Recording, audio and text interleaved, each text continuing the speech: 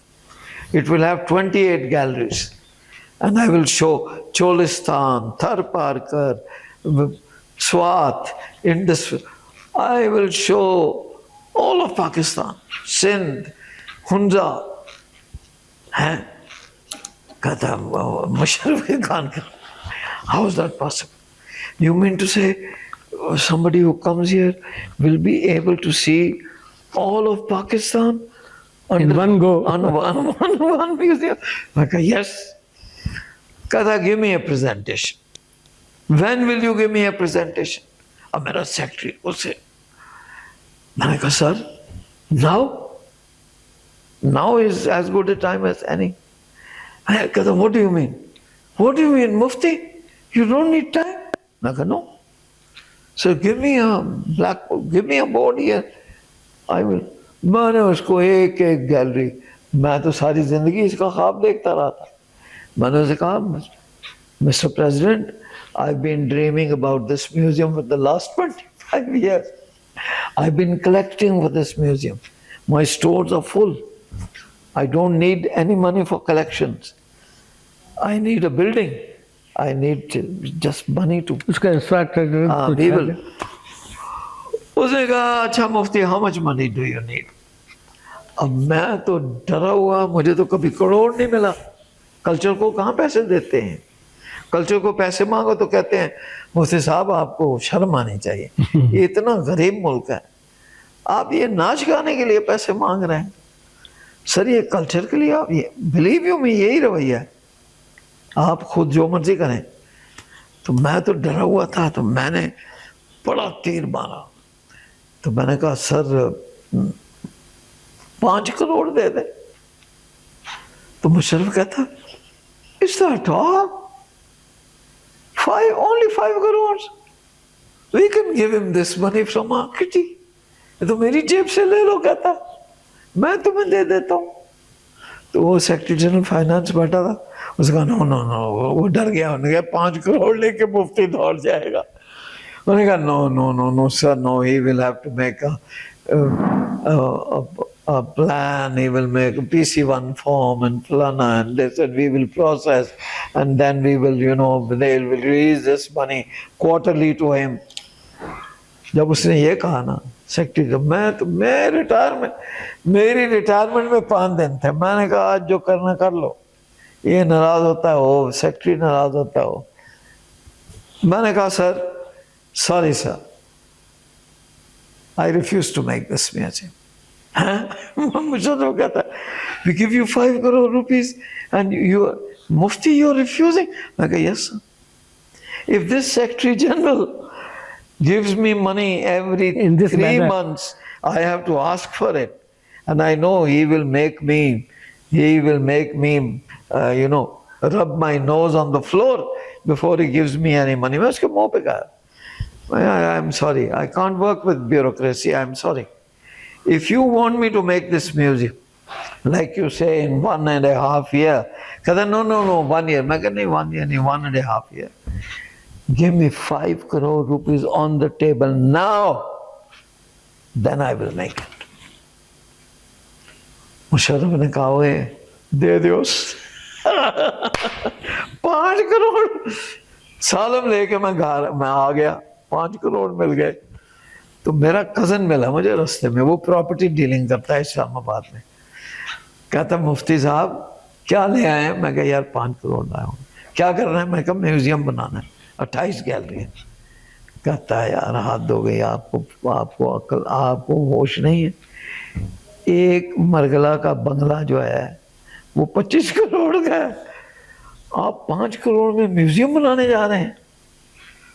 میں نے کہا یار, کہتا ہے آپ واپس جائیں مشرف کے پاس, اس سے جا کے گرانٹ بڑھوائیں, پھر سے بڑھوائیں. میں نے کہا نہیں, اتنے لوگوں کی میں نے بےزتی کی ہے, اتنی میں نے شیخی ماری ہے وہاں, اتنے وہ سارے جرنیل ورنیل جو بیٹھے تھے, میں نے ان کو کچھ سمجھا نہیں ہے, اب نہیں جاؤں گا. حمید آخوند میں بھی ایک خوبی ہے, حمید اور میں جس میٹنگ میں ہم 2 جا کے بیٹھ جاتے تھے نا, کچھ کر کے اٹھتے تھے, ہم تباہی کر دیتے تھے. حمید آخوند اور اکسی مفتی تراخ تراخ تراخ, ہمیں اپنی نوکری کی پرواہ نہیں ہوتی تھی, ہم منہ پہ بات کرتے تھے. تو یہ حمید آخوند میں بڑی خوبی تھی, اور یہ اس کی سکسیس کی وجوہات بھی ہیں کہ وہ انڈاؤمنٹ فنڈ چلا رہا ہے, انڈاؤمنٹ فنڈ چلا رہا ہے. ہاں. تو آپ کو لوک ورثے کی تو ساری داستان سنا دی. واہ. اب سر بڑا آپ نے جو ہے وہ ایک اور میوزیم بھی کہیں کسی اور جگہ پہ ہو؟ میں نے 2 میوزیم تو نیچے بنائے ہیں. ایک ہے لوک ورثے کا میوزیم جس کو کہتے ہیں ہیریٹیج میوزیم، وہ پاکستان کا کلچرل میوزیم ہے. وہ ابھی بنا نہیں تھا تو مشرف نے کہا ایک اور بنا دو اوپر شکر پڑیاں پہ. اچھا تو شکر پڑیاں پہ جو میں نے میوزیم بنایا ہے وہ ہے پاکستان کا پولیٹیکل میوزیم، کہ پاکستان کیوں ہے، یہ کیسے پیدا ہوا، یہ کیسے علیحدگی ہوئی، کیا رول تھا فاطمہ جناح جب قائد اعظم. وہ دیکھنے والا میوزیم ہے، آپ کو بھی دیکھنا چاہیے جا کے. میں دیکھ اور ایک اس سے بہت پہلے مجھے آغا خان نے مجھ سے کنسلٹنسی لی تھی ٹو میک اے میوزیم ان بلتک ہنزا کریم آباد، وہ جو اوپر ہے. ہاں وہ بھی میرا بنایا ہوا ہے. تو 3 میوزیم میں نے یہ سارا کچھ آپ نے کیا. ابھی تھوڑا سا اور ہے کہ آگے بھی آئیں گے. کوئی ریوارڈس، کوئی جیسے آپ کا دل خوش ہوا ہو، اپریسیشن کسی شکل میں؟ سر ریوارڈ جو ہے نا، اگر میں ریوارڈ باہر سے چاہتا نا تو میں ڈسگرنٹل ہو جاتا، مجھے تو دشمنی ملی. پاکستان میں حمید ہارون جیسا بندہ جو ہے، آخوند جیسا بندہ جو ہے، جتنی وہ بریلینس دکھائے گا اتنے اس کے دشمن زیادہ پیدا ہوگا. یہ تو ہے. خود کلچر منسٹری اس کے خلاف ہو جائے گی. میری بات سمجھے؟ خود ٹی وی میرے خلاف ہو گیا. انہوں نے کہا یار، ان کا خیال یہ تھا کہ یار یہ تو لوگ تماشے سے یہ بن گیا، اس نے تو ہمیں استعمال کیا.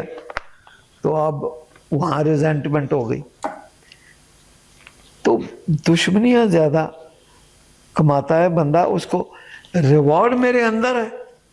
تو مجھے جو سیٹسفیکشن ہوئی ہے کہ میں نے وہ گولز اچیو کیے ہیں جو خواب تھی، جو ایک طالب علمی کے زمانے کا خواب تھا، وہ مٹیریلائز ہو گیا ہے. اس سے بڑا ریوارڈ ہو سکتا ہے. یہ پھر آپ کا مذہبی رجحان یہ شروع سے تھا؟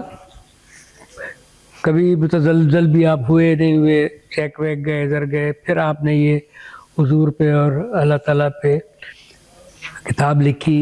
اس کے تھوڑے سے کنٹینٹ اور اس کی ضرورت کے بارے میں عرض یہ ہے کہ پھر میں حقیقتاً ریٹائر ہو گیا 2008 میں. ٹھیک. پیپل پارٹی آ گئی. پیپل پارٹی کو میں قبول نہیں تھا، حالانکہ میں تو لبرل آدمی ہوں. تو میں تو بنایا بھی اسی کے پہلے زمانے میں تو بھٹو نے مجھے اپوائنٹ کیا، بھٹو کا میں بندہ ہوں. بھٹو کے دور میں حفیظ پیرزادہ اور عیسانی کے ساتھ. ٹھیک. لیکن یہ فرق قسم کے لوگ تھے. ان کا مقصد مجھے ہٹانا نہیں تھا، ان کو نوکری چاہیے ہوتی. ان کو ایک 20-21 گریڈ کی نوکری چاہیے ہوتی. انہوں نے فہمیدہ ریاض کو لگانا ہے، انہوں نے کسی اور بندے کو لگانا ہے، اس سے وعدہ کیا ہوا ہے. تو کسی کو فارغ کریں گے تو لگائیں گے نا. تو 2008 میں میں فارغ ہو گیا. اچھا ہی ہوا، ایک کام ختم ہو گیا. اس کے بعد مجھے اچانک ہارٹ اٹیک ہو گیا. ہارٹ اٹیک میں ہوا یہ کہ جو ٹاپ سرجن جس نے یہ میرا سرجری کی، وہ کسی طرح سے مشرف کو پتہ چل گیا کہ مجھے ہارٹ اٹیک ہوا ہے اور میں فوجی ہسپتال جو ہے ہارٹ کا وہاں پڑا ہوا ہوں. اس نے میرے سرجری سے پہلے فون کر دیا. وہاں بیوقوف آدمی، وہاں کا جو ایگزیکٹو ڈائریکٹر تھا اس کے تو ہاتھ پیر پھول گئے. اس نے مجھے ایک گلدستہ پھولوں کا بھی بھیج دیا. میرے پاپا کا جی یہ مسٹر پریزیڈنٹ مسٹر مشرف ہے سینٹ. انہوں نے کہا جی یہ تو پتہ نہیں کون سا VIP آ گیا ہے. وہ ہاتھ پیر ان کے پھول گئے. اس گھبراہٹ میں انہوں نے میری سرجری جب کی تو تولیہ اندر ہی بھول گئے. اب وہ تولیہ اندر ہے، مجھے کسی کو تو نہیں پتا کہ تولیہ اندر رہ گیا. مجھے سانس نہ آئے، میں کہوں میں تو مرنے والا ہو گیا. جب مجھے ہوش آئے تو وہ ایگزیکٹو ڈائریکٹر میرے پاس سے گزرے تو میں اسے کہوں Sir, I'm not well. I can't breathe. I can't breathe. وہ کہے اوپر جا کے کہے VVIP syndrome. میں لوگوں میں ریزینٹمنٹ بھی بڑی ہوتی کہ اچھا مشرف نے اس کے لیے فون کیا, میری ترقی اس نے روکی تھی. وہ میری بات ہی نہ مانے. جناب کوئی تیسرے چوتھے دن جب میں بالکل مرنے والا ہو گیا تو وہ میرے پاس سے جب گزرا تو میں اس کا گریبان پکڑ لیا. میں نے کہا listen, I am going to die tonight and you will be responsible. اور ڈر گیا. انہوں نے کہا ادھر ایکس رے کرو. جب ایکس رے کیا تو اندر تولیہ اتنا بڑا پڑا. ہفتے میں میرا دوسری سرجری ہو گئی. 2 سرجریاں, ہارٹ سرجریز within 1 week. اب میں لیٹا ہوا تھا وہاں ہسپتال میں 2 ہارٹ سرجریاں کرا کے, تو جو اٹینڈنٹ تھا نا ہسپتال کا وہ باتیں کر رہے تھے. تو وہ کہہ رہے الو کے پٹھے میرے ہوتے ہوئے کہہ رہے سر جس کسی کی بھی 2 سرجریاں ہوئی ہیں نا وہ تو پھر بستر سے نہیں اٹھا, وہ تو گیا, وہ تو پھر بستر پہ ہی ساری زندگی گزارے گا. میں نے سن لیا تو میں نے اسی وقت اپنے ذہن میں سوچا کہ اچھا بچے میں تجھے اٹھ کے دکھاؤں گا. پھر میں نے بڑی محنت کی. میں اٹھا, سیڑھیاں چڑھتا تھا, پیدل چلتا تھا, گھر میں ہی یوں گھومتا تھا, پتہ نہیں کیا کچھ میں نے کیا. I came back to life. When I came back to life, I had 2 options. میرا ایک NGO تھا ایشین امیج. اگر میں چاہتا, ڈونرز کے پاس پیسے تھے, نارویجن مجھے بڑا جانتے تھے, DFD والے جانتے تھے, میرا کام تھا, لوک ورثہ میرے پیچھے تھا, میوزیمز میں نے بنائے تھے. میں چاہتا تو یہ بھی ایک راستہ تھا کہ میں ایک NGO بنا لیتا, ایک دفتر بنا لیتا, اور میں ڈونر پیسے لے کے میں کام کرتا. میں نے سوچا نہیں, میں نے نہیں کرنا. ایک تو میں نے سوچا کہ میری اتنی صحت نہیں ہے کہ میں اب اتنا جہاد کروں, اور دوسرا میں نے کہا کہ بس انف از انف. اب یہ اللہ کی طرف سے ایک وارننگ ہے, اب مجھے کچھ اور کرنا چاہیے. تو میں نے یہ فیصلہ کیا کہ میں ریٹائر ہو جاؤں گا, میں کوئی کام نہیں کروں گا, میں کسی دفتر میں سرکاری میں نہیں جاؤں گا. ورنہ لوگ ہیں جو سرکاری دفتروں میں جا کے پروجیکٹ مانگتے ہیں, انفارمیشن منسٹر مجھے بلاتا رہتا ہے, کئی ادارے مجھے بلاتے ہیں, نہیں جاتا میں, کسی کو نہیں ملتا, کسی سرکاری ادارے میں تو میں پیر نہیں رکھتا. اوکے ٹھیک, کوئی کام نہیں میں لیتا. گورنمنٹ اگر مجھے دے بھی تو میں نہیں لیتا کوئی. تو میں نے یہ فیصلہ کیا کہ میں آرام سے ایک میں نے ریٹائرمنٹ گھر بنایا, اپنا گھر بیچ دیا. F61 میں میرا گھر تھا, وہ میں نے بیچ دیا, اور بڑا سستا بیچ دیا. اب وہ ہوگا کوئی 17 یا 18 کروڑ کا, میں نے 5-6 کروڑ میں بیچ دیا. میری بیوی کہتی بڑی غلطی کی. میں خوش ہوں, because I built this. I'm very happy with this. This is a 2-room small house and it's away. آپ کتاب کے بارے میں بتا رہے تھے کہ 2 کتابیں لکھنے کی وجہ. میں نے پھر یہ سوچا کہ جو میرے والد کام کرتے تھے میں وہ کیوں نہ کروں. والد جب زندہ تھے تو والد مجھے کہتے رہتے تھے اکسی یار لکھا کر, یار لکھ یار. ان کی ایک تحریک تھی لکھ یار, ہر بندے کو کہتے تھے لکھ یار. تو میں انہیں کہتا تھا والد صاحب میرے باپ دادا کی توبہ, میں دنیا کا ہر کام کروں گا, میں قلم نہیں اٹھاؤں گا. کہتے کیوں؟ میں کہا میں اتنا بیوقوف ہوں, اتنے بڑے برگد کے درخت کے نیچے آپ مجھے کہہ رہے ہیں میں سر اٹھاؤں, یہ کام میں نہیں کروں. میں اور کام کر لوں گا, میں طبلہ بجا لوں گا, میں مراسیوں کے ساتھ بیٹھ جاؤں گا, میں ڈھولک بجاؤں گا, میں گانے, میں سب کروں گا, میں فوٹوگرافی کروں گا, سر میں لکھوں گا نہیں. جو ہی والد صاحب چلے گئے تو میرے ساتھ کیا ہاتھ, ان کی جو آخری کتاب ہے جو انہوں نے 92 سال کی عمر میں لکھی ہے, 92, he was 92 when he wrote his last book, وہ unpublished چھوڑ گئے مینوسکرپٹ, اور مجھے بتا کے بھی نہیں گئے کہ یہ کون سا حصہ کہاں لگنا ہے. وہ چیپٹرز ہاتھ سے لکھے ہوئے, اور وہ مجھ پہ ایک ذمہ داری آ گئی کہ میں نے وہ چھاپنی ہے. تو جب میں پبلشر کے پاس لے گیا, میں نے کہا یار, میں نے اس کو جوڑ کے میں نے کہا یار, جب وہ چھاپنے لگا اس نے کہا سر یہ تو نہیں چھپ سکتی. میں نے کہا کیوں؟ سر اس کا دباچہ آپ کو لکھنا پڑے گا, دباچے کے بغیر تو ہم نہیں چھاپیں گے. اور سر آپ لکھیں گے, آپ ان کے بیٹے ہیں, آپ کو یہ لکھنا. لو جی, پہلی بار میں باہر دھوپ میں میز کرسی لگا کے قلم پکڑ کے میں نے اپنے والد کے اوپر ہی دباچا, ان کے اوپر میرا قلم چل پڑا. میں حیران ہو گیا, میں نے کہا ہیں یہ اتنا آسان کام تھا یہ تو کوئی مشکل کام ہی نہیں. وہ میرا بڑا زبردست دباچہ وہ چھپ چکا ہے, تلاش کا دباچہ ہے وہ. اس کے بعد میں نے سوچا چلو پھر میں اپنی بھی کیوں, اب تک میں 10 کتابیں لکھ چکا ہوں.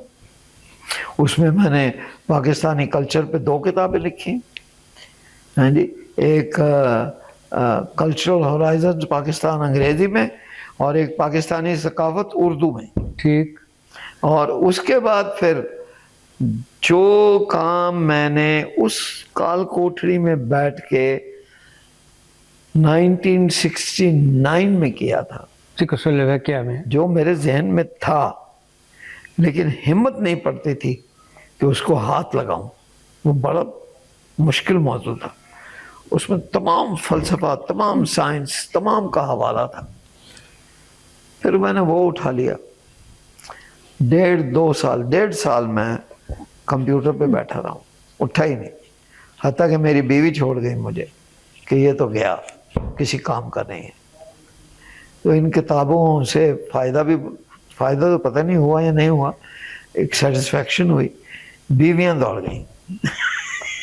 سر بات اس پہ آئی تھی کہ کنٹینٹ محمد اینڈ گاڈ, اللہ جی, ان کے کنٹینٹس کیا تھے؟ جب میں نے اللہ پہ کتاب لکھ لی, کچھ سال گزر گئے, تو پھر خیال آیا کہ یار اکیلا اللہ تو بات بنتی نہیں, یہ تو جب تک ساتھ محمد نہیں ہوں گے بات مکمل نہیں ہوتی. پھر مسئلہ یہ ہوا کہ رسول پاک پہ جو جس کو سیرت کہتے ہیں تو بہت بڑے بڑے عالموں نے لکھی جی ہے, میں بھی یہی کہنے والا, بہت باکمال لوگوں نے لکھی ہے. میری تو کوئی حیثیت نہیں ہے, میں کون ہوتا ہوں ان کے اوپر قلم اٹھاؤں. تو میں نے پھر بڑی سیرت پڑھی, لوگ بہت کچھ پڑھا, تو مجھے اچانک اللہ کی طرف سے ایک آئیڈیا آیا. دیکھیں نا, بندہ کوشش کرے تو اللہ میاں توفیق بھی دیتا ہے, آمد بھی ہو جاتی ہے. تو اللہ کی طرف سے مجھے یہ بات آئی کہ کسی نے آج تک 2 کام نہیں کیے. ایک کام یہ نہیں کیا کہ رسول پاک کے خلاف ویسٹ میں بہت کچھ ان کے خلاف لکھا جا رہا ہے, بڑے بڑے عالم لکھ رہے ہیں ویسٹ کے, ہمارے مولویوں میں اتنا دم خم نہیں کہ اس کا جواب دیں. ہمارے مولویوں کو تو پتہ ہی نہیں ان کا کہ یہ کون لوگ ہیں. اور فنڈنگ ہو رہی ہے, یونیورسٹیز جو ہیں ویسٹ کی, جو یونیورسٹیز ہیں اسلام سے ڈرے ہوئے ہیں, وہ انہوں نے اسلام کو ہر صورت مارنا ہے, ہم کو سمجھ نہیں آ رہی. انہوں نے ملک تو برباد کر ہی دیے ہیں اسلام کے سارے, ابھی وہ ایران کے پیچھے پڑے ہوئے ہیں, پاکستان کی بھی باری آ جانی ہے. انہوں نے کوئی اسلامی ملک چھوڑنا نہیں ہے, ٹھیک, یا انہوں نے اپنا غلام بنا کے رکھنا ہے یا انہوں نے ختم کر دینا ہے. وہ تو چھوڑیں, وہ اسلام دین کے پیچھے پڑے ہوئے ہیں. اس وقت یورپ میں, کیونکہ میں تو یہ بہت پڑھا ہے, یورپ میں کئی یونیورسٹیز ہیں جو فنڈنگ کرتی ہیں پینل آف پروفیسرز کو, یعنی ایک